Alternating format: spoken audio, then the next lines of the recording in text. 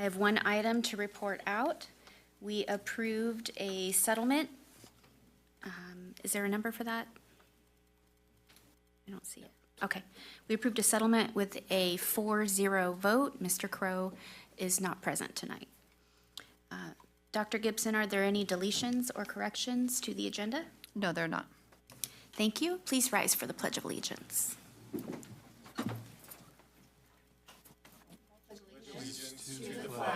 Of the United States of America, and to the republic for which it stands, one nation, under God, indivisible, with liberty and justice for all.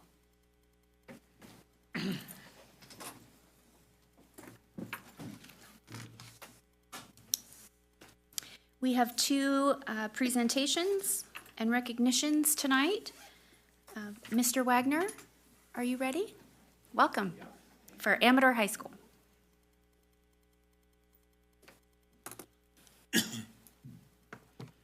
Good evening, board, cabinet, trustees, and future leaders. I am Butch Wagner with my amazing vice principal, Katrina Ramos. This year's theme for the coin challenge will be Hearts of Amador. Ramos and her themes. Some hearts are big, some are red, but at Amador they are blue. And I could keep going on and on, but I won't. Doing something with a hurt heart means approaching a task or activity with passion, sincerity, and care. When you do something with heart, you are motivated by a deep sense of purpose and love for what you are doing, which can lead to more meaningful and fulfilling results. All the teachers at Amador High School have a heart, but the teachers that we are honoring tonight have shown us hearts that need to be recognized. We're going to start off with Mrs. Tanya Wells. Mrs. Wells is always there for her students and staff by providing support, guidance, and inspiration. Her dedication to fostering a positive learning environment goes beyond the classroom, creating a sense of unity and collaboration among all members of the school community. Mrs. Wells is our positive heart.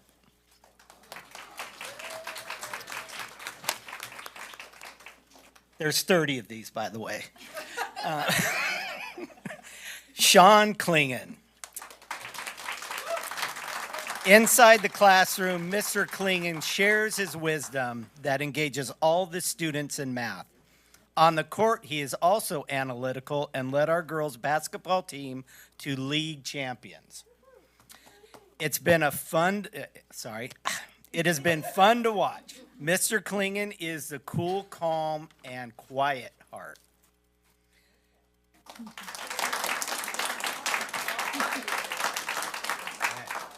Next is Miss Tara Hanna.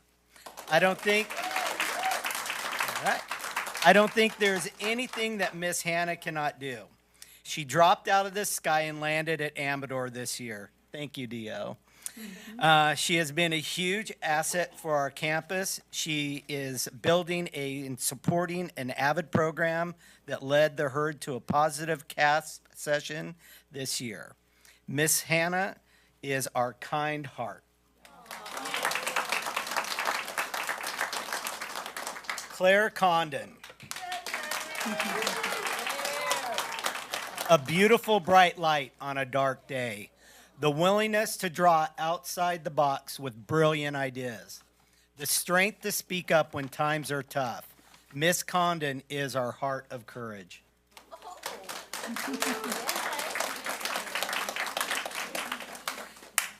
Jake Geedy. Is he with us this evening? Okay. A very busy young man, a breath of fresh air that walks around our campus with a smile on his face. He is always working hard to provide our students with an opportunity to learn and grow in a safe learning environment in our drama department. Jake is our good vibe heart. Next, Miss Carmen Travascus. Compliments to the chef. In her first year of being our culinary arts teacher, Mrs. Travascus is cooking up a storm of positive energy that helps Amador students thrive daily. Mrs. Travascus is our sparkle young at heart. Woo. Next, Miss Kobe Pettis.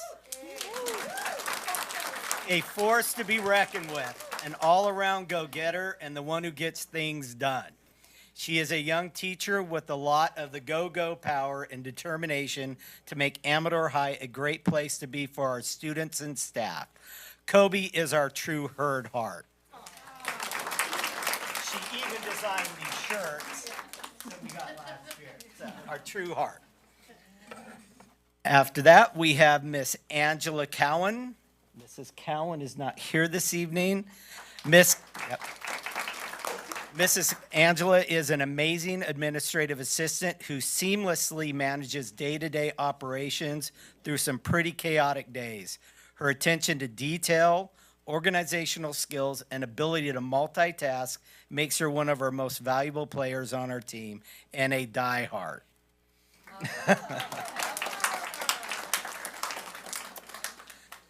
Then we have Jenny Neely. I know she couldn't make it this evening. Mrs. Neely is our warm demander, who continuously, and she commands attention, who continuously has a program that is impacted because kids just want to be in her class. She truly cares for her students, and students know and feel it, and we can see it. Mrs. Neely is our caring, but keeps it real hard. Then, okay, I was kidding. We only have 10, top 10, all right? Jared, you don't have to pull me off. All right, so here comes the sun, doo-doo-doo-doo. Here comes the sun, and I say, it's all right. So thank you, Mrs. Thomas. Boy. American Idol. Yes, here we go. Mrs. Thomas has been there with more sunshine spread through our campus. She has led our herd with the Sunshine Crew to do more fun things and celebrate the good that is here at Amador. Mrs. Thomas is our true blue heart. All right, so everyone has a heart. Put your hand on your heart and take a moment. Do you feel it? Mine's going 100 miles an hour. If you feel it, and you should, that means you are living. So go do some great things and remember to do it with all your heart. Thank you all very much.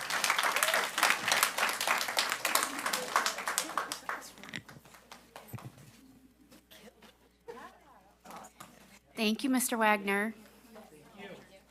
I have to say, both of our high schools, when their principals came and did their presentations, they were very well written. Oh, thank you. Did you write that? I'll take one heart. Here. Next, for the business office, we'll have Mr. Norton. Welcome.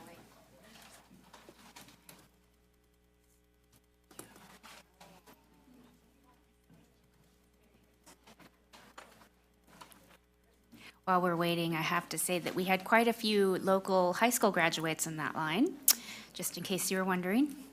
I apologize, I don't have the singing voice that Mr. Wagner does, so I want to be able to sing for you tonight. Next time. Good evening. For those of you who don't know me, my name is Robert Norton. I'm the Director of Fiscal Services here for Amador County. And I want to start by thanking the board, cabinet, and my fellow citizens of Amador County for really the time and opportunity to present the challenge coin here to honor and recognize an esteemed member of our business office team. Before I get into the award, though, I did want to take a moment to briefly acknowledge our entire team. I don't have 10 people to present to tonight, so I'm going to take a quick stab at each of my staff here. Terry McCory, she's a fiscal analyst for us, and I don't know if there's anything or anyone she doesn't know. Molly Fowler, she's a senior payroll tech who is leaving us here soon, but really became our retiree liaison this year, helping with our health insurance transition. Amy Martz, you know her as the CSEA 239 president, but really she took a kind of a leadership role in our AP department with some of our newer staff members this year. Then we had Roxanne Fawcett. She's a purchasing technician, really jumped into a position that's seen a lot of turnover here lately, and really went in head first and is really doing a great job for us. Rachel Miller, she's a senior payroll tech, is learning how to do payroll, is learning how to do school payroll. So I don't know if too many people ever had to do that before, but that is a feat all in itself. Daisy Soto, newest member of our team. She's an account clerk for us, willing to help really with whatever you could possibly imagine, and always does so with a positive attitude and great to work with. And then last but not least is Kelly Breeding. She is our executive assistant to Jared here, and she's the prankster of the office, but really don't let that fool you because her hard work and commitment is, second to none. So, but anyway. With that said, however, tonight I am here to take a moment to recognize a member of our business office who is really the driving force and a great support and team member for us here. It gives me great pleasure to award this year's Business Office Challenge Coin to Lydia Cooper. Lydia, please come on up.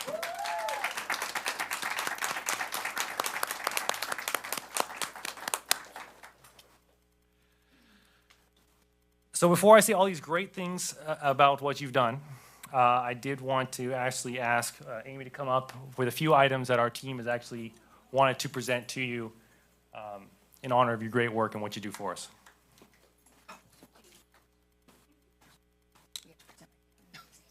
Oh my gosh.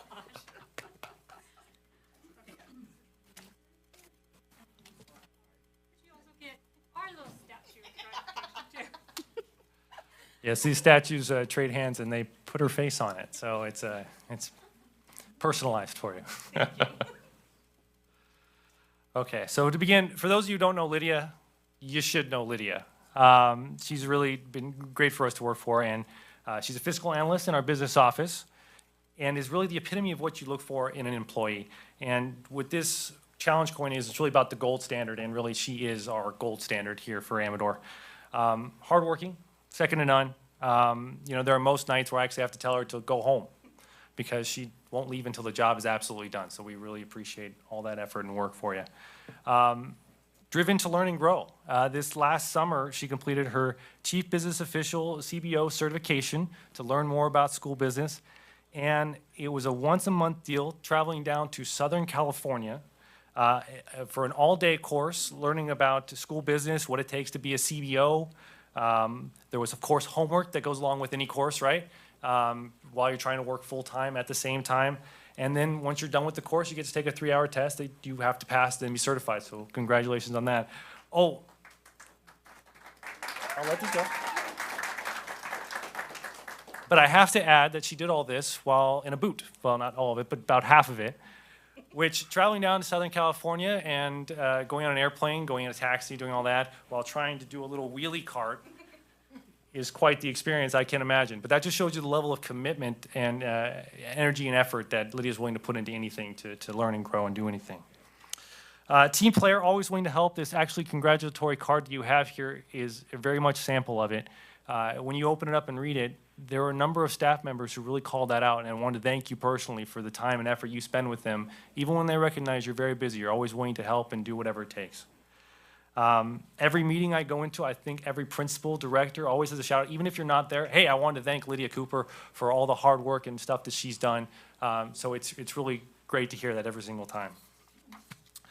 We went through an accounting system changeover, and I don't know if anybody's ever thought how much fun that could be, but it's amazing. Lydia is probably the only person who had that experience prior to utilizing that system, and was really integral part in really us being able to transfer as seamlessly as we have, and really to this day is still educating our staff departments on various things of nuances that ACUSD has to offer. So she does a great job there.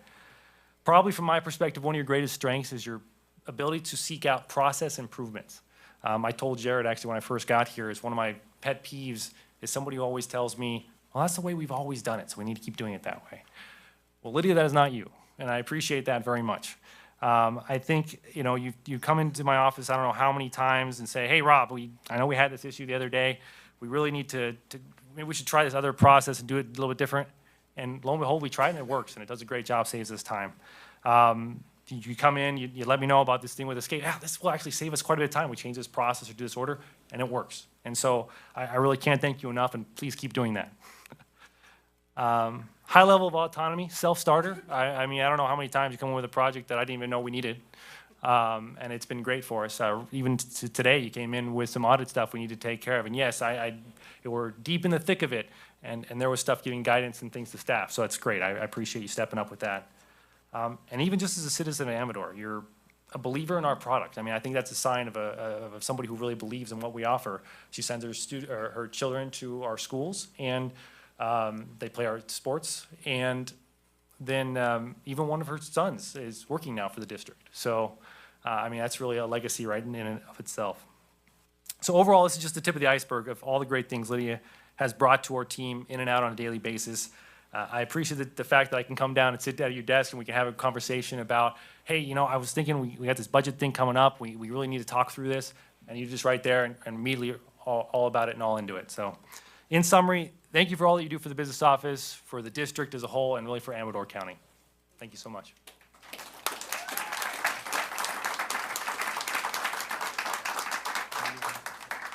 Thank you. There's not much more to add, but I just want to thank Lydia as well. She sits right outside my office, and you know, it's hard to find people you can trust and rely on, and she's one of those people. And Robert expounded way more than that, but I just want to personally thank her too. Thank you, Chair.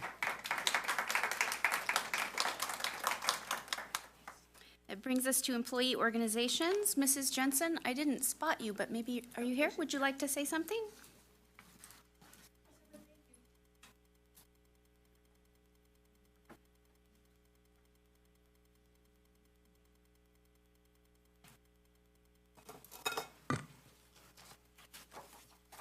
Good evening, members of the Board of Trustees, Superintendent Gibson, glad you're back.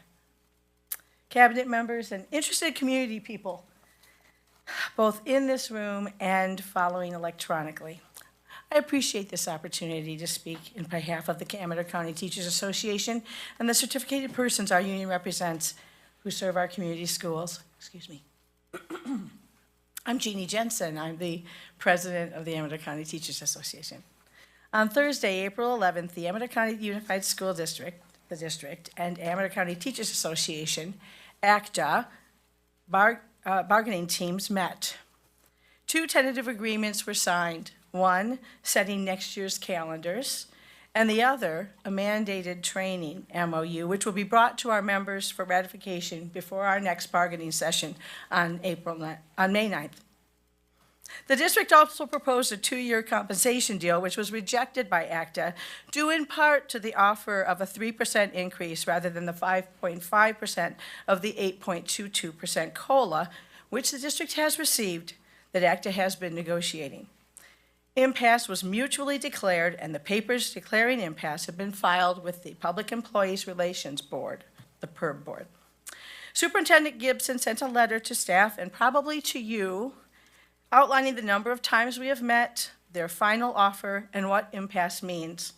A mediator to meet with both ACTA and the district to help us we'll meet with both ACTA and the district to help us come to an agreement on a settlement that is fair and appropriate.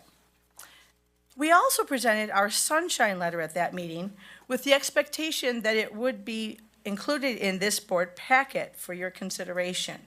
We are surprised it's missing. A letter was sent on April 11th at 5:20 p.m. to President Julia Burns, Superintendent Gibson, and Interim Assistant Superintendent of Human Resources and Labor Relations. Oh my gosh, I didn't write your name. Mr.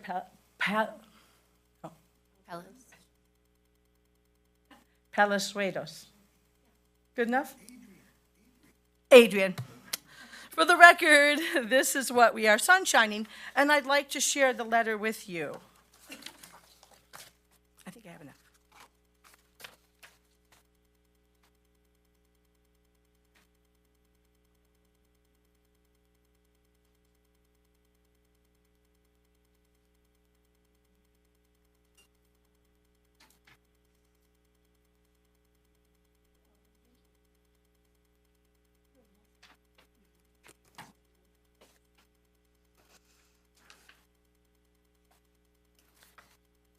It is a successor agreement, and therefore the whole contract is available to meet about, but we have defined the following items: definitions, organizational security, work days and hours, class size and student information, evaluation, compensation, fringe benefits, duration, and we're proposing a new article regarding mandated training.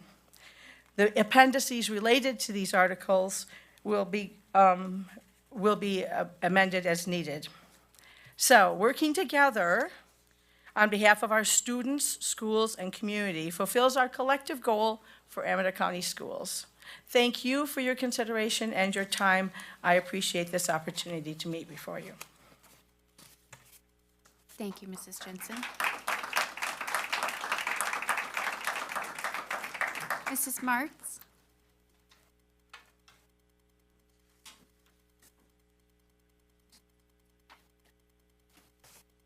Good evening, board members, Dr. Gibson, and Cabinet. My name is Amy Martz, president of CSEA 239, which represents the classified employees on the district side. I just have a quick report tonight, starting with negotiations. We met last month and presented several changes to Articles 5 and 6. Most dealt with cleaning up language that is outdated and/or needed clarification. The district team wanted to have more time to go over our proposals, so we are looking forward to hearing what they have to bring back to us. We will meet again on the 25th and begin our journey into Article 7, Pay and Allowances, Article 8, Employee Expenses and Materials, and Article 9, Health and Welfare Benefits. We want to respect the district's position on its certification as qualified rating, but we also want to be respected for all we do to keep this district running and our kids safe and taken care of. We as a district are struggling just like the rest of the districts in the state, but we as individuals working for the district are facing financial hardships with the rising gas prices, PG&E increases, and the outrageous costs at the grocery store, all while working so very hard on a daily basis. Like I said, it is the start of a journey that will have its rough roads and obstacles, but together we can maneuver the journey and hopefully have a favorable outcome that will be the best for everyone involved. I also want to briefly touch on our support of our teachers. We believe that they are doing the right thing by standing their ground. With their work to rule days, we will give them support, but know that we might be called on to do extra duties. I have informed my members to help out, but only if they are compensated for any extra time, any working out of class or duties, or missing out on breaks. I hope that our cooperation is not taken advantage of.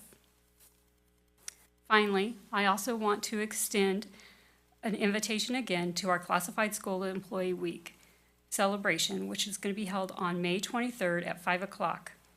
This year, our theme is dinner and a movie night, and it's going to be held at Argonaut High School. I really hope that you all can attend, at least for the taco bar portion, which will be prepared by Chef Michael Garcia and his culinary students from Argonaut High School. Board, as always, I appreciate all you do for the district, and I thank you for this time. Thank you, Mrs. Martz.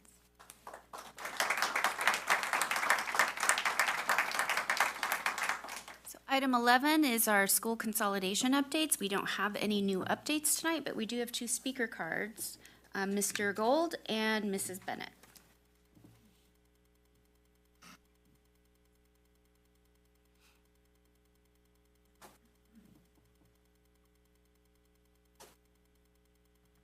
Good evening, board members, Dr. Gibson. Appreciate the update or the chance to speak tonight. I apologize if I'm rambling.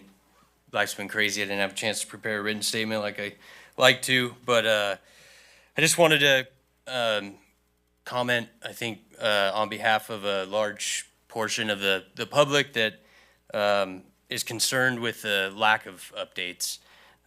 It's been eerily quiet the last 4 board meetings.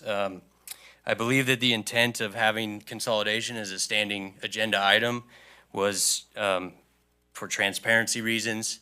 The direction was given to, we need to keep the public informed of this process. And there's just some looming questions out there. In January, I believe the district was supposed to lock in the COP and get an interest rate. I know that's been brought up, and I don't think there's been an official update as to what that interest rate was, what that payment's gonna look like.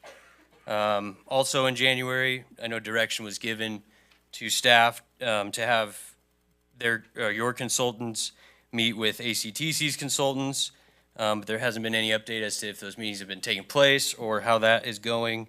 If the district has started the water sewer study with the city of Jackson yet. The last consolidation update we did receive was that the community input meetings and the consolidation team meetings were going to be postponed or suspended until mid-April when the board would vote on the EIR. Here we are mid-April, so that leads us to wonder, what is the status of the EIR?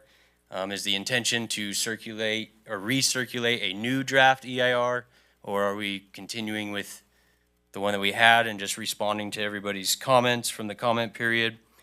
So yeah, I think the lack of updates has been concerning to a lot of people, and I'm wondering, has the board been getting updated? And if so, is that happening in closed session? Because it's not a closed session agenda item, it's for open session. So the public would like to continue to be a part of the process, and I would encourage you to please ask some of these questions and see if we can provide direction to get them answered at the next board meeting. Thank you.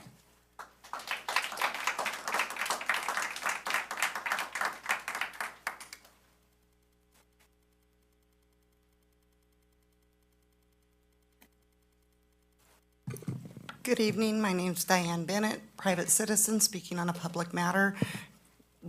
I appreciate being here, board, cabinet members, Ms. Gibson. Consolidation still weighs heavy on most of our hearts in this county. I'm just wondering if anything's been done to make sure we still have a big game next year, since, you know, we've been put into different divisions, or is that another part of our history that we're losing? Another thing is, have we decided that writing a blank check or offering a blank check is a bad thing yet and rescinded that so that there's actual oversight on what is going on with consolidation?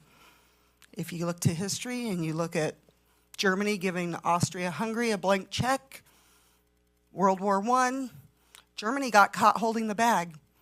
Board, you gave the district a blank check. Guess who's going to get blamed? These are really, really big concerns on many of our hearts and many of our shoulders. When we go to build a house, when we go to build anything, we usually go out and we get the prices from the contractors first. We find out what those impact fees are going to be, instead of presenting a nice little slideshow of all the money we can save when we don't have true numbers. I think we put the cart way before the horse. I think we need to reconsider. Thank you. So we're moving on to public comments on non-agenda items. We have 6 speaker cards. A person wishing to be heard by the board shall first be recognized by the president and shall then proceed to comment as briefly as the subject permits. Individual speakers shall be allowed 3 minutes to address the board on non-agenda items. The board shall limit the total time for public input on each item to 20 minutes. With board consent, the board president may increase or decrease the time allowed for public presentation depending on the topic and the number of persons wishing to be heard. The president may take a poll. We won't need to do that tonight. We have enough time for all the speakers. With no further ado, we would like to welcome our first public comment tonight. We have Gianna and Mateo. Welcome.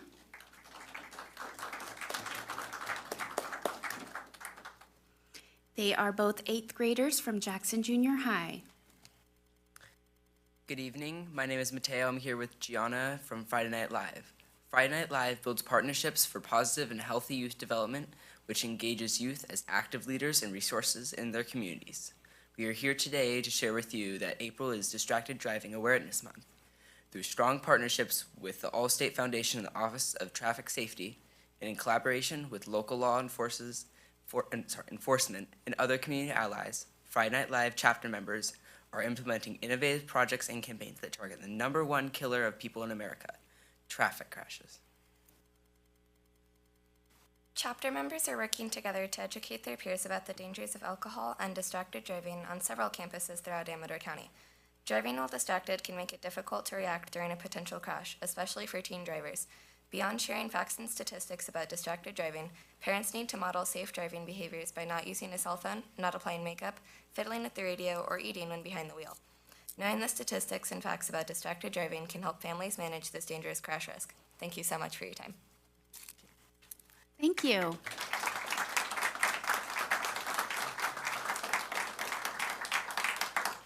Next, we have Ryan Flock. And then following Mr. Flock, we'll have Cody Gold again.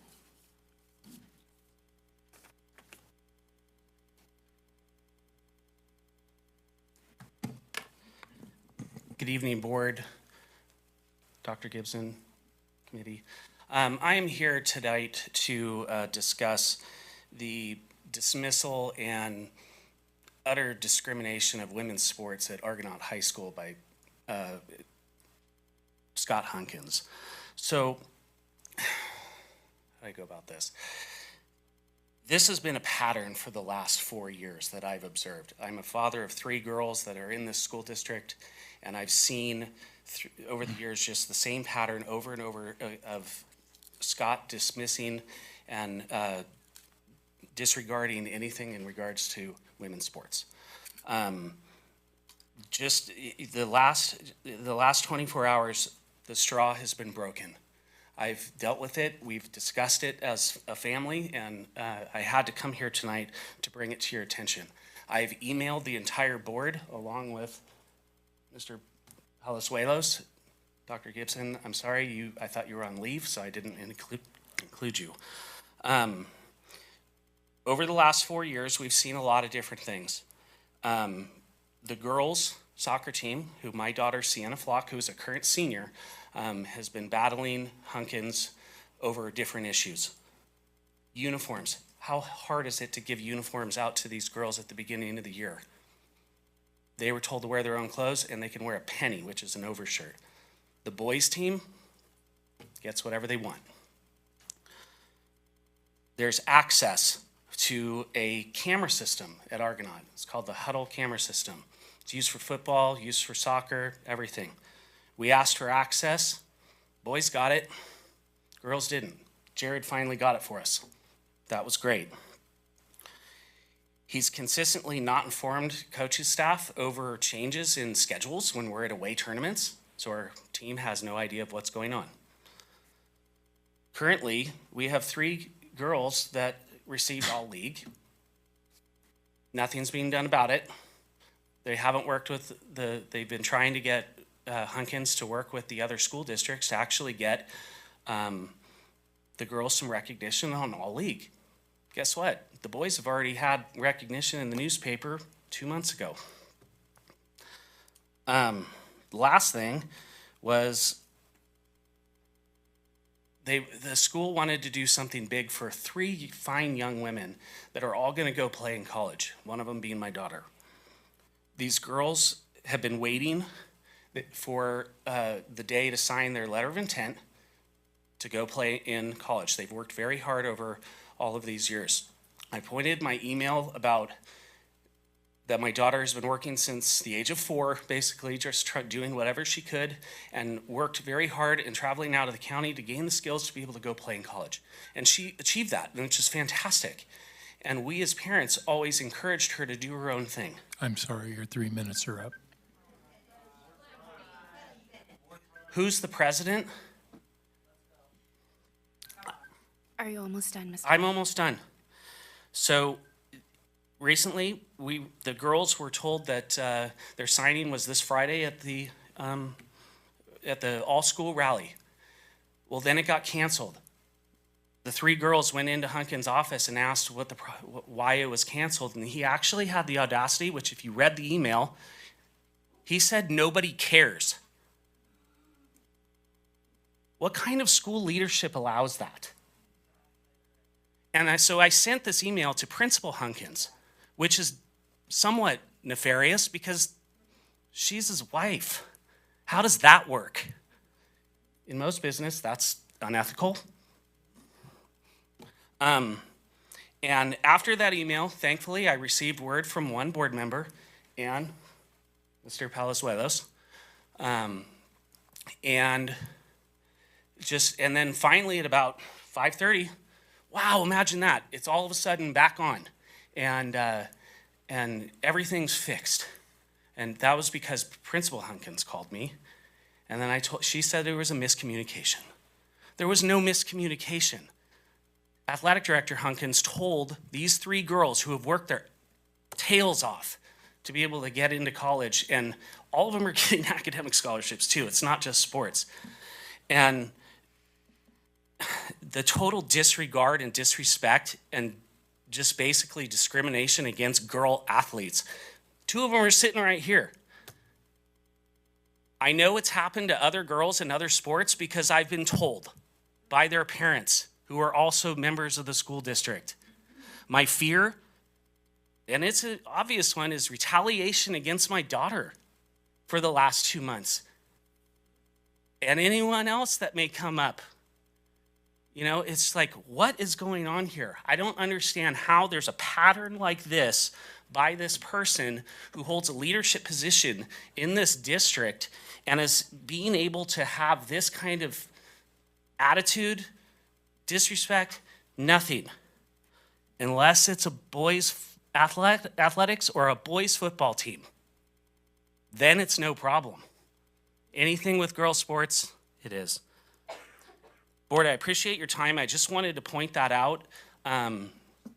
These girls worked very hard. They deserve a little bit of credit for what they've done.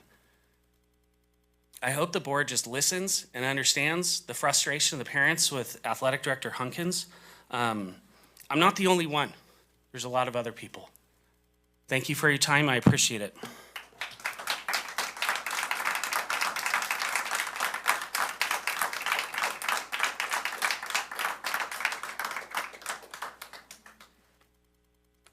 Following Mr. Gold is Diane Bennett, and then Diane Bennett, and then Demi Wright. Good evening again. This time I'd like to just express my how sad I was to hear that impasse has been declared in the negotiations with our teachers union. It's kind of astounding to me to learn that the district received over 8% for COLAs, and we only offered them 3%. And not only is that what the current offer is, but that was the initial offer. There's been no moves in that offer since the beginning.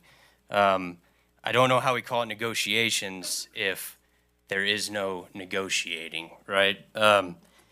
So now we're gonna go to impasse, and PERB has to come in with a mediator. That costs money.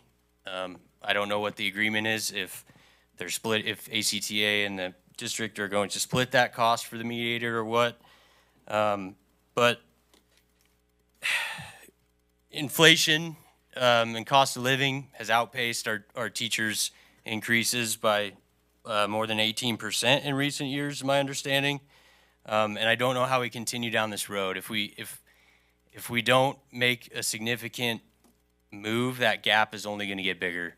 And I don't know how we expect to recruit or retain quality teachers going forward if that gap is going to continue to widen. I've also heard at the podium that we have 5 vacancies at Ione Junior High alone that were unfilled. I think that's just going to get worse and worse if this doesn't come to some sort of resolve. It's also pretty telling of the teachers that we do have that they didn't even ask for the 8%. They're asking for less than that, which is amazing to me. I don't think I would do that. If you got 8% from the state for a cost of living adjustment, then I think they deserve 8%. I think that they're being extremely generous and willing to work with the district, and it doesn't look like that's being reciprocated. This is the same group that in 2008, 2009 made concessions in order to help the district stay solvent and help fix some budget issues.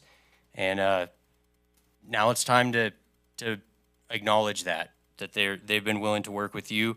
Doesn't seem like the district is willing to work with them. So I would ask the board that that instead of taking staff's word and direction, that we go the other way. It's the board's responsibility to set Thank you, Mr. Gold. Okay, thank you. Mrs. Bennett? I have one card for COLA and one card for transfers for you. So 2 cards. Thank you. Once again, Diane Bennett, private citizen, public comment. I too want to follow up what Cody said. I'm luckily in a district that, yes, we also did not take the whole 8.2% that the state did, but our district and our members of our union bargained at 5.9, but we also got a little bit of help in our medical. We also had some other things that were in there that were very important to us. I know other local districts around here got 6.1 and 6.2. When you're in this county, we're used to commuting for a whole lot of things. And when it ends up being a $10,000 difference for the same number of units and the same number of years to go another 5-10 minutes out of your way, looks pretty interesting. There are teachers out there that are afraid to apply in our district because they're afraid of retaliation. There's open jobs that people are perfect for, that they're like, I don't want them to make up something and put it on my record and threaten my credential. That's not the county we want. That's not the county I grew up in. That's not the county I fight for our kids' education here. Do right by the teachers. They're the ones that every day have their boots on the ground for our students. Now, I was part of an 8-day strike in Sac City Unified, and I can tell you our parents got behind us, and our unions all went on strike together. They didn't agree to help the district out. They said, we're all going together because we can bargain with power. Just a thought. Okay, I'm done with the COLA one. Thank you. Thank you for that way you can start my new 3 minutes. Thank you, Diane. Okay, so this morning I was woke up by a text message from what I consider to be one of my bonus children. I have 2 biological children. I probably have hundreds of children in this county that consider them my bonus children. That's because I've taught in this area. That's because I've been a sports mom. That's because my kids bring home kids, whatever it might be. Some of them are still my children's exes that are, my bonus kids. And this young lady this morning messaged me, and she was like, what do? I put in for a transfer request for my son, who's going to be starting kindergarten, and it got denied after I explained that both my husband and I are active duty military, or that we're reserve, and we both have duty coming up, and that my children are going to be with their grandparents. They laid out all sorts of stuff that should have been considered. And you know what the district said? No. And then she was smart enough to go online and realize that in 2009, there is Assembly Bill 343 that was signed into law that is a California education code and an interstate compact on educational opportunity for military children. And that got forwarded to the district. You'd think the people in the transfer office would already know these things.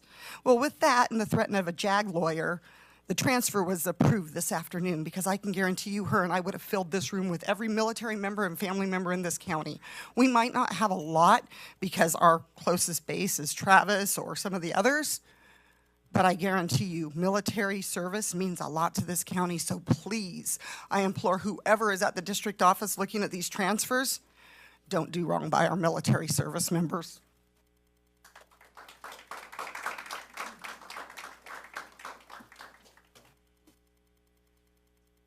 Board. Just a quick highlight following Mr. Flock. Our current athletic director, Mr. Hunkins, is in his role based off an illegitimate 2-to-1 vote by you guys, ill-advised by Superintendent Gibson and President Burns, and it's never been brought back to the table for a legitimate vote. But I'm here tonight to talk to you about ACTA and our teachers union, and I swore I wasn't going to come and talk tonight, but we're all deeply aware of the invaluable role of our teachers and staff and what they play in shaping the future of our children. The role demands immense education and sacrifice, and it comes with inadequate recognition and support. We also know that the cost of living in California has skyrocketed. Just this morning, I was getting gas. I had 60 cents off at Safeway, and so I thought, great, I'll go there. It was still over $5 a gallon. $100 later, I filled my tank. And my 8th grader said, gosh, how do my teachers do this? How do the people that work at my school pay for gas? He's 13. The average California mortgage payment in 2024 is over $3,000 a month. In 2021, it was $2,015. The average family of 4 grocery bill every week is $300. Again, in 2021, it was $105. This is coming from the Legislative Analyst's Office. This impact is very real. It's a burden carried by families across California, it's in our county, and it's hitting our teachers and staff. Amidst these challenges, our staff and teachers show up every day for our children. They're pouring their hearts and souls into educating our kids. It's imperative that we support them. It's on us to stand up and do what's right here. Our teachers and staff aren't just educators. They're mentors, they're counselors, and they're a safe space for our kids every day. They work tirelessly, often going above and beyond their duties to ensure that every child has an opportunity to succeed in our county. And yet, they continue to be undervalued and underpaid. By denying our teachers and staff the increase they deserve, we are not only disrespecting their hard work and dedication, but we're jeopardizing the quality of education for our kids. How can we expect them to perform at their best when they're struggling to make ends meet? It's time to stand up and prioritize the well-being of our educators. It's time to invest in the future of our children by investing in professionals who can shape their future. Thank you.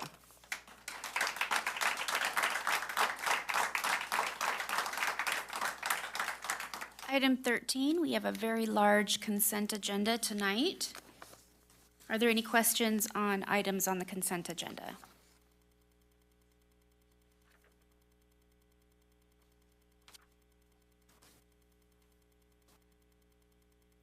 No? If there are no, Mr. Marzano? Okay. I was just making sure you weren't looking for something.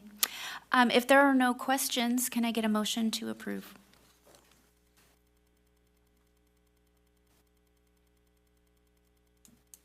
I move to approve item 13.1. It would be 13, the whole consent agenda. 13. Thank you. Is there a second? I'll go ahead and second. Thank you, Mr. Whitaker. So we'll do the advisory vote first. Ms. Clement? Yes. Thank you. Ms. Patterson? Yes. Thank you. And for the regular roll call vote, Mrs. Parker? Yes. Mr. Marzano? I have a question regarding the motion. Can a motion be made by an advisory member? Yeah. It can? There have been many previous motions. Oh, made I'm by our aware. student. Oh, I'm aware. like even from before when I was president. Yep, I'm aware. Yeah. Yes, aye. Okay. Do you believe that's false? I believe that I have yet to be told that that is false. Did I say that right? I have yet to be told that advisory members cannot make motions nor vote to where it changes or makes the vote. Does that make sense? Okay, so I don't believe advisory members hold the power that elected officials do. Hearing what you're saying, I would like to, in an abundance of caution, ask Dr. Gibson to please confirm that we have had many actions moved There was by some our the last student board advisory meeting as well, board meetings. so. Yeah, so student board members can do a motion and they do vote, but they are just at their advisory votes. And so moving forward, when we look at whether a motion is passed or not, then we, obviously we remove their vote when it comes to the majority of the elected officials in the room. So if nobody chose to make the motion, approving the consent would have died. Correct. So can an advisory member make a motion? Yes, they can, because then if another person at the dais did, or that's part of the advisory vote, or an elected official did not then second it, then it would also die. So I'm still going to suggest that, let's confirm that. I will. Okay, and so for tonight, would Ms. Parker or Mr. Marzano or Mr. Whitaker like to make the first motion? So ladies, we're gonna get confirmation of that so that going forward, we don't have anything called into question, if that's acceptable. So officially, you would withdraw your motion. So with that being said, I did, She has to withdraw. I'll withdraw them. Thank you. Okay, so now can I get a motion? I move that we approve the consent agenda, item 13. Sure, I'll second. Thank you, Mr. Whitaker and Ms. Parker. So for the advisory vote, Ms. Clement? Yes. Thank you. Ms. Patterson? Yes. Thank you. Mrs. Parker? Yes. Thank you. Mr. Marzano? Aye. Thank you. Mr. Whitaker? Yes. And I'm also a yes. For communications, I don't believe we have any. No. Okay, so we have 3 discussion action items. The first is informational only. Mrs. Pichette, this is a large one, the LCAP. It is. Good evening, members of the board. Tonight, I'm pleased to provide an overview of our efforts to engage educational partners in the development of our Local Control and Accountability Plan, or LCAP, for Amador County Unified School District and Amador County Office of Education. The LCAP serves as a guiding document that outlines our district's goals, priorities, and actions to support student achievement and well-being. Recognizing the importance of collaboration and input from various stakeholders, we have undertaken a comprehensive approach to engage our educational partners throughout the development process. First and foremost, our Community Advisory Committee, comprised of special education parents, has offered invaluable perspectives on how we can better support students with disabilities within the LCAP framework. Their input has been instrumental in ensuring that our plan is inclusive and addresses the diverse needs of all learners. Additionally, our school site councils, comprised of parents, teachers, staff, and community members, will play a pivotal role in shaping our LCAP goals and strategies. Through meaningful dialogue and collaborations, site councils will provide valuable insights into the needs and priorities of our school communities. Furthermore, our District English Learner Advisory Committee, or DLAC, comprised of English learner parents, will provide critical feedback on strategies to support English learners' academic achievement and language development. Their input has helped to inform our English learner roadmap and ensure equitable opportunities for all students. Moreover, our collaboration with union labor partners, including the Amador County Teachers Association, the Special Educators of Amador County, and both California School Employees Associations, will be instrumental in shaping our LCAP goals related to educator recruitment, retention, and professional development. Their input will help us to prioritize investments that support our educators and enhance student learning outcomes. Attached to the board packet, you will find the presentation that was and will be presented to educational partners. This presentation can also be found on our website under the LCAP tab, and any and all are welcome to read through the PowerPoint slides and respond to the survey that is found on the last slide. Please note that the QR code can be accessed by your phone camera, or you can simply click on the QR code if you're interested in taking the survey. In conclusion, we are committed to fostering a culture of collaboration and partnership as we work together to develop a comprehensive and equitable LCAP that meets the needs of all students. By engaging our educational partners in meaningful dialogue and decision-making, we are confident that we can create a plan that drives positive outcomes for our students and strengthens our school community. Thank you, and I welcome any questions or feedback. Okay, so do we have any questions regarding the LCAP? I'm going to start. Do you guys want to go second? You want me to get to the regular board members first? I don't care, however you want to do it. All right, let's start with Mrs. Parker. I don't have any questions right now. No. Okay, Mr. Marzano? No questions at the moment. Mr. Whitaker? I think it's a real good presentation that you have on your PowerPoint. Much needed to brighten it up and make it easy to understand for everyone, so thank you. Thank you.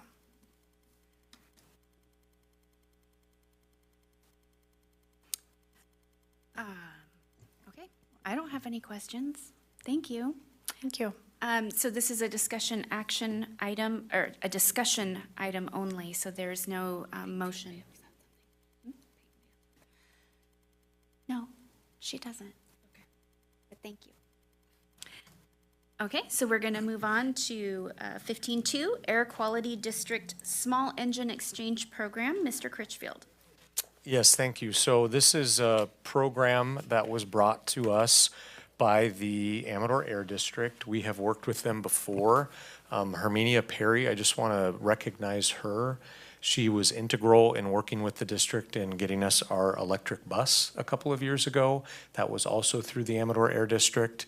So this is a different program from the California Air Resources Board regarding small engines. And it's a small engine exchange program. So our maintenance director, Joe Cruz, worked with Herminia to select exchanges that could be done for equipment in the district that was either not functioning or very close to not functioning, very old gas equipment, and then that will be swapped out for electric equipment. This is a reimbursement process, and so we again need the board's approval because we will be spending $25,000 on the equipment, and then we will be reimbursed by the Amador Air District for those expenses. And the attachments show each of the schools and the equipment they'll be receiving.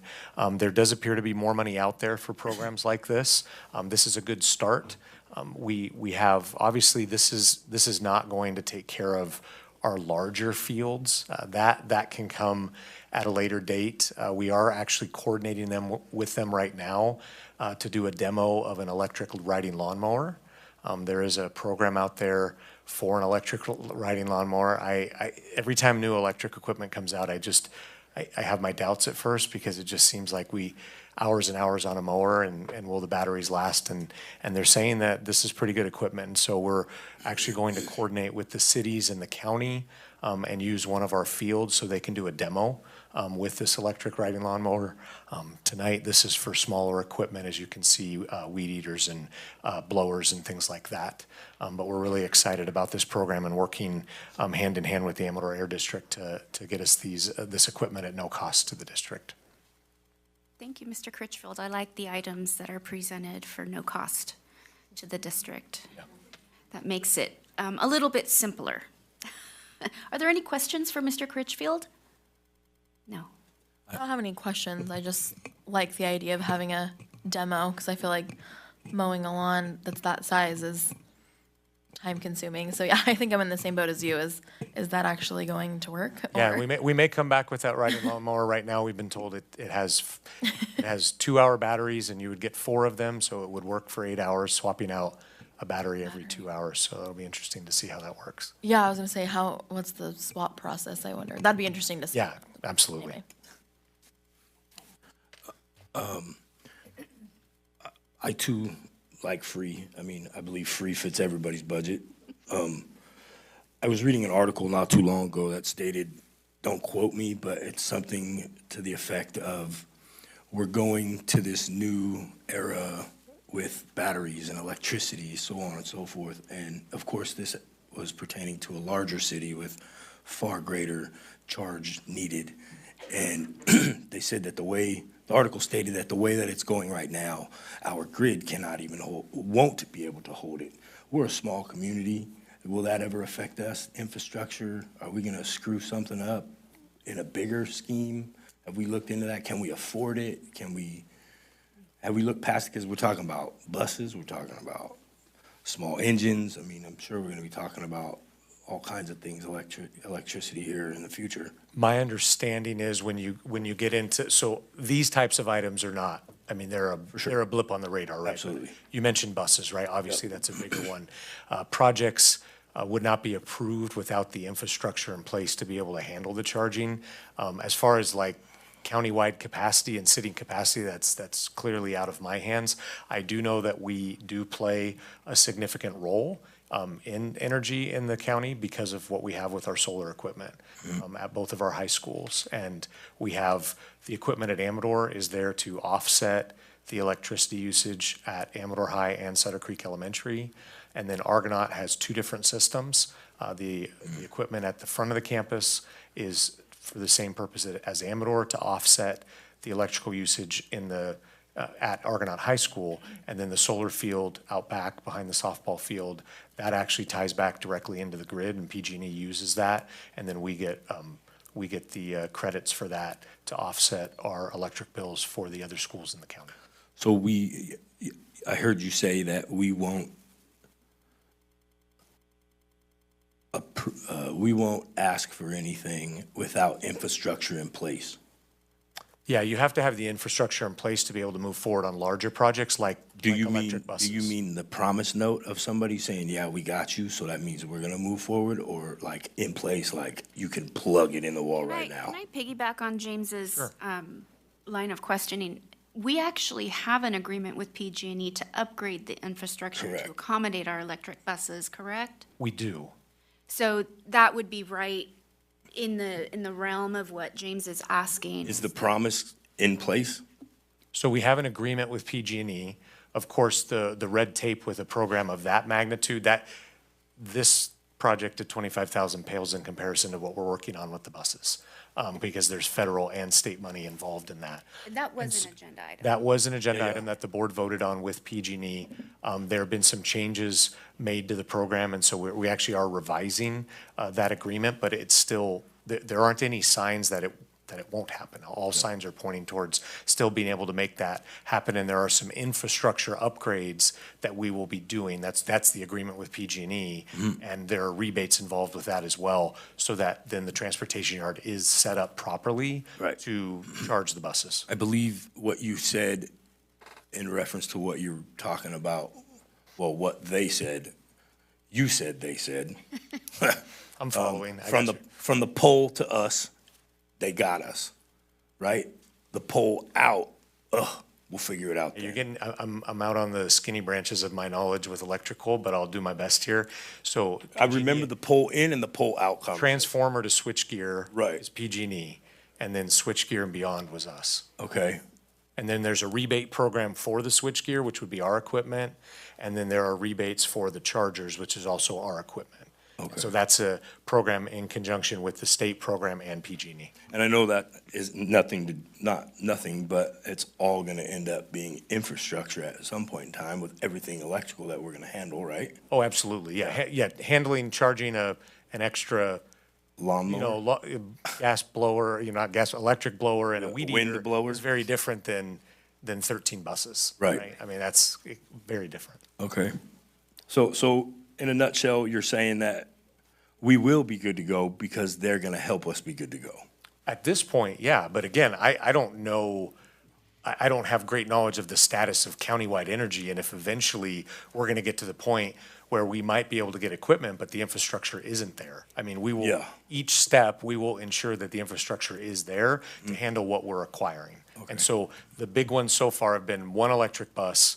Now we have this equipment, and we're still in process with the 13 electric buses. And everything, the infrastructure is in place or will be in place for all of those projects. Okay. Excellent. Thank you. Kind of to tag along on this, the state of California has outlawed small gas engines, and this is a good program to change those over, because if you go into some place like our local Guy's Saw Shop or even Lowe's, you can still see gas products on the shelf, but once those are sold, you can't bring in anymore. Because I was looking at a motor for a steel combi tool versus the battery-operated ones, and he goes, I've got X number of these left, gas motors. After that, they're gone, and you have to buy the battery. So this is... That is correct. This is a good thing where we're going to change out, while they're still running, the tools, and it's not going to cost us anything in the long run other than maybe 15, 16 cents looking at the proposal here. You know, it's $25,016, so it's going to cost us with tax 16 cents to get all this equipment. Yeah. Do we know what, like, the life of the batteries? Do we got to? You know, the batteries there, and I was looking at this, you know, the batteries are going to last so long, and then you have to replace the batteries, just like if any other battery-powered tool you're going to have to replace, and you're going to have to worry about how you recycle those batteries. And I know there's programs out there for that, and you'll have to buy new batteries over time. You know, how long they last, as Mr. Critchfield said, the big field mower would come with 4 batteries, each lasting 2 hours apiece. Well, you know, you'd use 2 batteries before lunch, put those on the charger, and use 2 batteries after lunch, and then you could get through the whole day, so you have them there for the day to get it done. I think it's a good idea to do this at this point in time. My husband is a steel guy, So am I. so we have multiple small engines that sound like they're going to be increasing in value. But once they stop making parts for them, because I have a saw that I bought years ago that I can't buy parts for anymore, so you got to buy a new saw. And That being said, we also have a battery weed eater. So, times are changing. Is there a motion to approve this 16-cent contract? I'll move that we approve item 15.2, Air Quality District Small Engine Exchange Program. Thank you, Mr. Whitaker. Is there a second? I'll second. Thank you, Mrs. Parker. For the advisory vote, Ms. Clement? Yes. Thank you, Ms. Patterson? Yes. Thank you. Ms. Parker? Yes. Thank you. Mr. Marzano? I'm an aye, but you're still going to need that human to run that, no matter if it's gas or battery. Yeah, these aren't self-operated. Yeah. These are human-operated Yeah. electric equipment. Yeah. Yeah. Tesla weed eater? Thank It's you. not. They do make battery-operated self-mowing mowers. Jeez. Mr. Whitaker? They have Yes. a lawn Roomba. Thank you, and I'm also a yes. That Thank you. passes unanimously. I did take a moment to look up whether we had a bylaw regarding the student board members and their whether they were authorized to make motions. So we do have bylaw 9150, and I would like to read what it says, just to be clear. Student board members may make motions that may be acted upon by the board, except on matters dealing with employer-employee relations, so negotiations, contracts, pursuant to Government Code 3540-3549.3. So a consent agenda with personnel recommendations is something they cannot? We'll get clarification on that, but accepting the consent agenda or contract negotiations, you can continue to make motions as student board members. Thank you. And thank you for accommodating my request that we pause that until we got clarification. Absolutely. I hope that you weren't embarrassed or anything. Okay, good. No, We really appreciate having you here and participating. I love it. I also agree with that. I just would hate for these young ladies or any future student board member to be on the receiving end of any kind of bashing in the social media or what have you. It's gotten close, and you guys don't deserve that, so. Agreed. So thank you. Thank you, Mr. Marzano, for asking your clarifying question. I think it feels good to get the concrete answer, okay? I think that's good. All right, so our last discussion action item is 14.3, E-rate. Mr. Critchfield. This is not free, but we are talking about a 70% discount on this one. So I do have some positive things to say about this tonight as well. The E-rate program is a state-funded program for public agencies to be able to get extreme discounts on any and all things when it comes to your network and technology. And so what you'll see is this is an agreement with AMS to be able to replace 14 network routers throughout the district, which would cost regular price $47,000 with the E-rate discount, would cost the district $14,000. Also with CDW to replace the outdated firewall after the E-rate discount, costing $18,000. And then with Volcano Communications, which is our connectivity, they're our loan provider for Pine Grove and Pioneer Elementary Schools, and they do a great job, and we are glad they are up there so that we have the connectivity to those two schools. And then the rest is AT&T covering the remaining 10 sites in the school district. And so we go through a process where the companies put in a bid, there's a scoring matrix which is provided, and then selections are made. I want to thank Dan Hebert, our technology director. He did the lion's share of all this work and working with our E-rate support to be able to figure all of this out. All of these figures were already budgeted for in the budget. As we know, these are yearly expenses. Technology has always been important, but as you well know, since COVID, it has been even more important to have. And so to have that connectivity at all of our sites, we are one-to-one with Chromebooks at our secondary schools, which we were not even close to that prior to COVID. So having the right connectivity and speed and everything to be able to have that many students on devices at once is critical to how our teachers teach now and how we operate. And so again, this is a 70% discount, and we ask for the board's approval on this item. Just to clarify, the first two, the AMS and the CDWG, those are one times and the other ones are monthly, or are those all monthly? The first two are one time, and then And the rest are monthly. Okay, that's what I thought. Okay.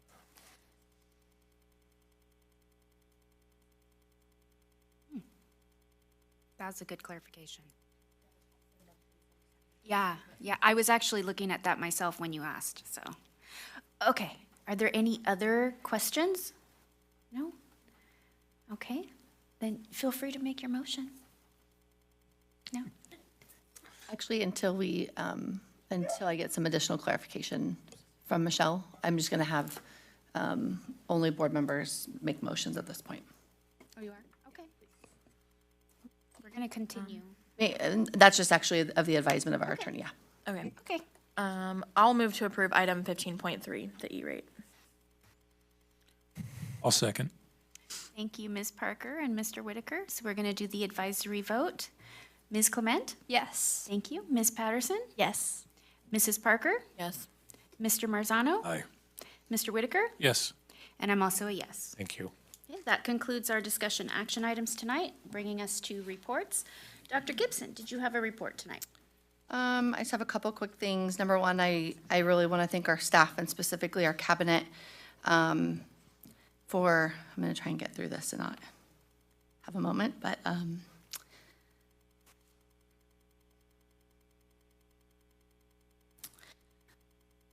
I was out caring for one of my parents who was terminally ill, who has since passed.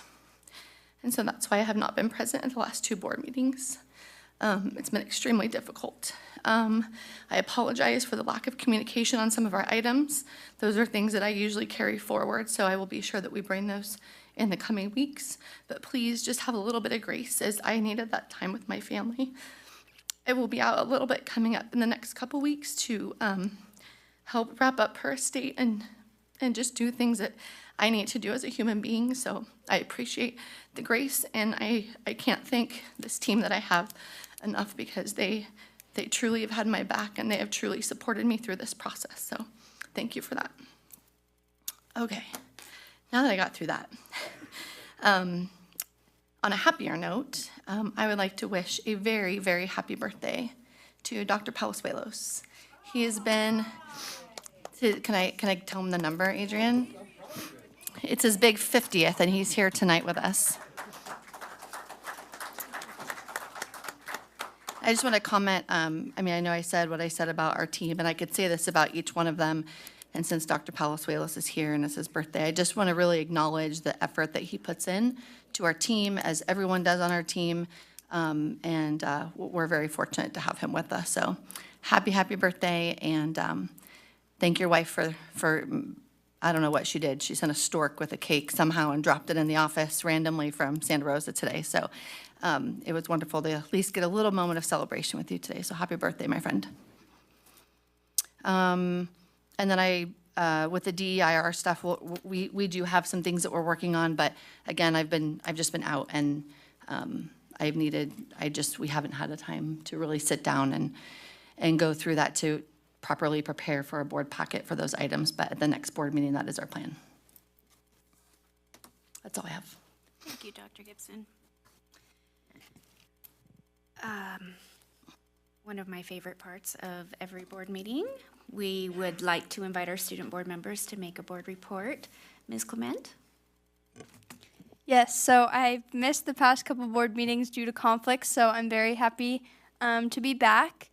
So I just have a few things to report on. We had CAS testing week the last week in March, and it was really successful because we tried to do some new things this year to make it a little more fun, because no one really enjoys taking tests for 3 hours each day. So we had a lot of fun activities planned throughout the week. One thing we did was ASB threw an ice cream party the last 15 minutes of each day, and teachers handed out tickets. So if a student won a ticket, they got to get ice cream in the quad. So that was really fun. And then we also had an extended lunch on Thursday with a couple different food trucks, fun yard games, and a huge raffle. So some people won free prom tickets, an opportunity to, this week, all of the staff parking is coned off in one area, so that some students won a staff parking lot or a staff parking spot. So that's super fun. So that made CAS testing week a little more exciting. We also had prom last weekend at Pokerville Hall in Plymouth. So I wanted to give big kudos to the junior class for planning that, because I did it last year, and it's definitely a big event to plan. So they did a great job. The food was great. The DJ was great. And overall, the night went really smoothly. And I got a lot of people said that they had a really good time. So that was a really good event. Also, this past weekend, we had 4 of our ASB students attend the California State Leadership Conference in Ontario. And after talking to them, they all had a really good experience and gained a lot of new ideas. So they're really excited to implement those next year and even the rest of this year. So that was really positive. And then right now, we're kind of just preparing for lots of end of the year events. Tomorrow we have our top 10 breakfast to recognize the top 10 academic achieving students of each class. And then on Friday we have our spring sports rally. So we're just getting through the end of the school year, and a lot of fun things are coming up. So we're excited for that. But yeah, that's all I have. Thank you. Thank you so much. Ms. Patterson? Hi there. I'm just gonna quickly touch base on a few sports activities. Most of our sports are doing really well right now. Our golf team, they've been having a lot of fun in Ione. Tennis has been doing pretty well. As Maeve said earlier, we are Amador and Argonaut are both tied for first in league, and swim is doing really, really well. And our spring rally is tomorrow, actually, after third period, and we've been really working hard to get that really well, because it was supposed to be last Friday, but then the snow day happened, so then we had to reschedule everything. And then we did another thing with our twist with the CASP testing, where we also did tickets, but we had an extended lunch where we had everyone, we had like a purchase bar. So then like we had like treats and like raffles, and we had like one that like people could be principal for a day, and it was super fun, and you could like enter whatever you wanted. And then yeah, that's pretty much actually it. Oh yeah, our prom is next weekend, and then yeah. Oh, and Y games. We've been like really practicing or like doing like brainstorming all these like fun like games and stuff, and like trying to like because we've been like doing more like, okay, I'm saying like a lot in our classes where we like normally do it out on the field, but this year we're trying to focus it more in the pool because we got like we're just trying to like do something new this year. So I'm really excited for that. And that's all.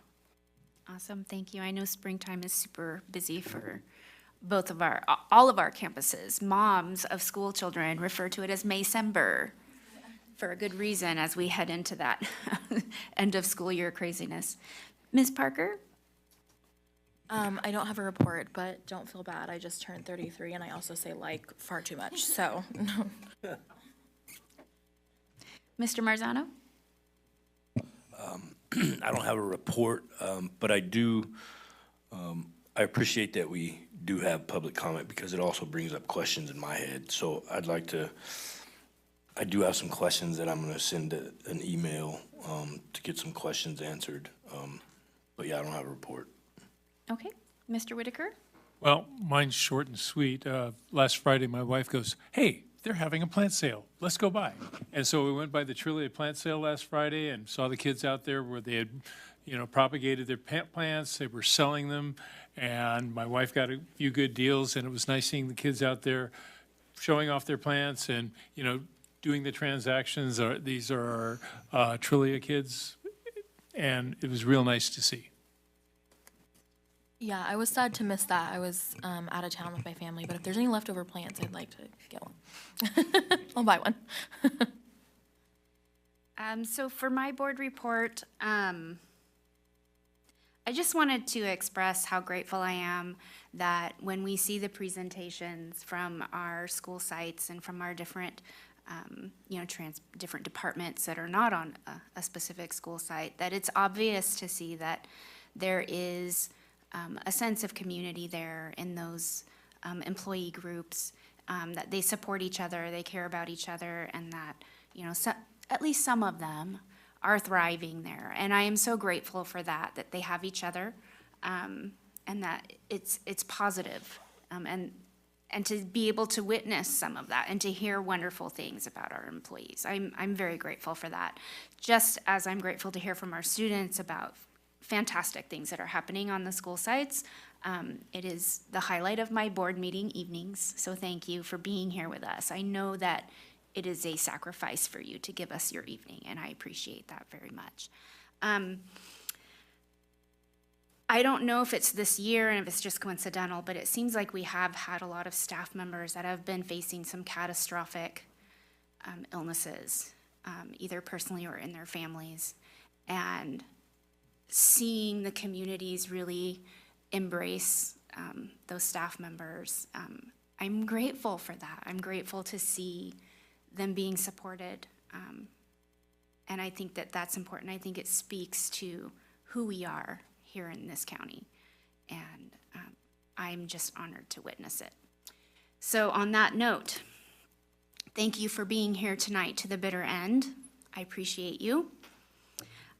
We are going to have our next meeting May 8th on Wednesday, tentatively scheduled to be held here at the Amador County Administration Building, starting at 6:30 p.m.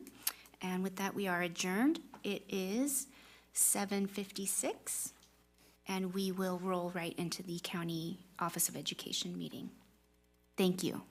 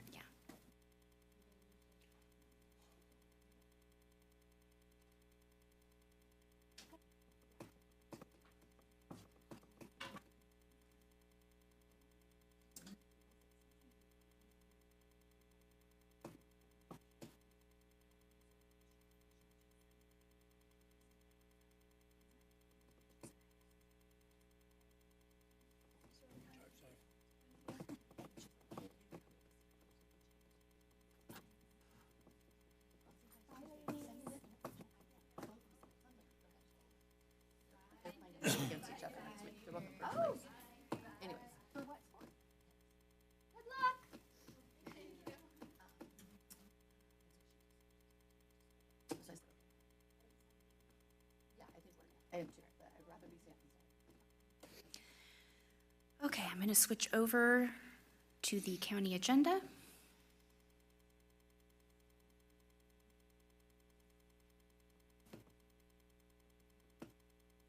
We're going to call to order. It is 7:58.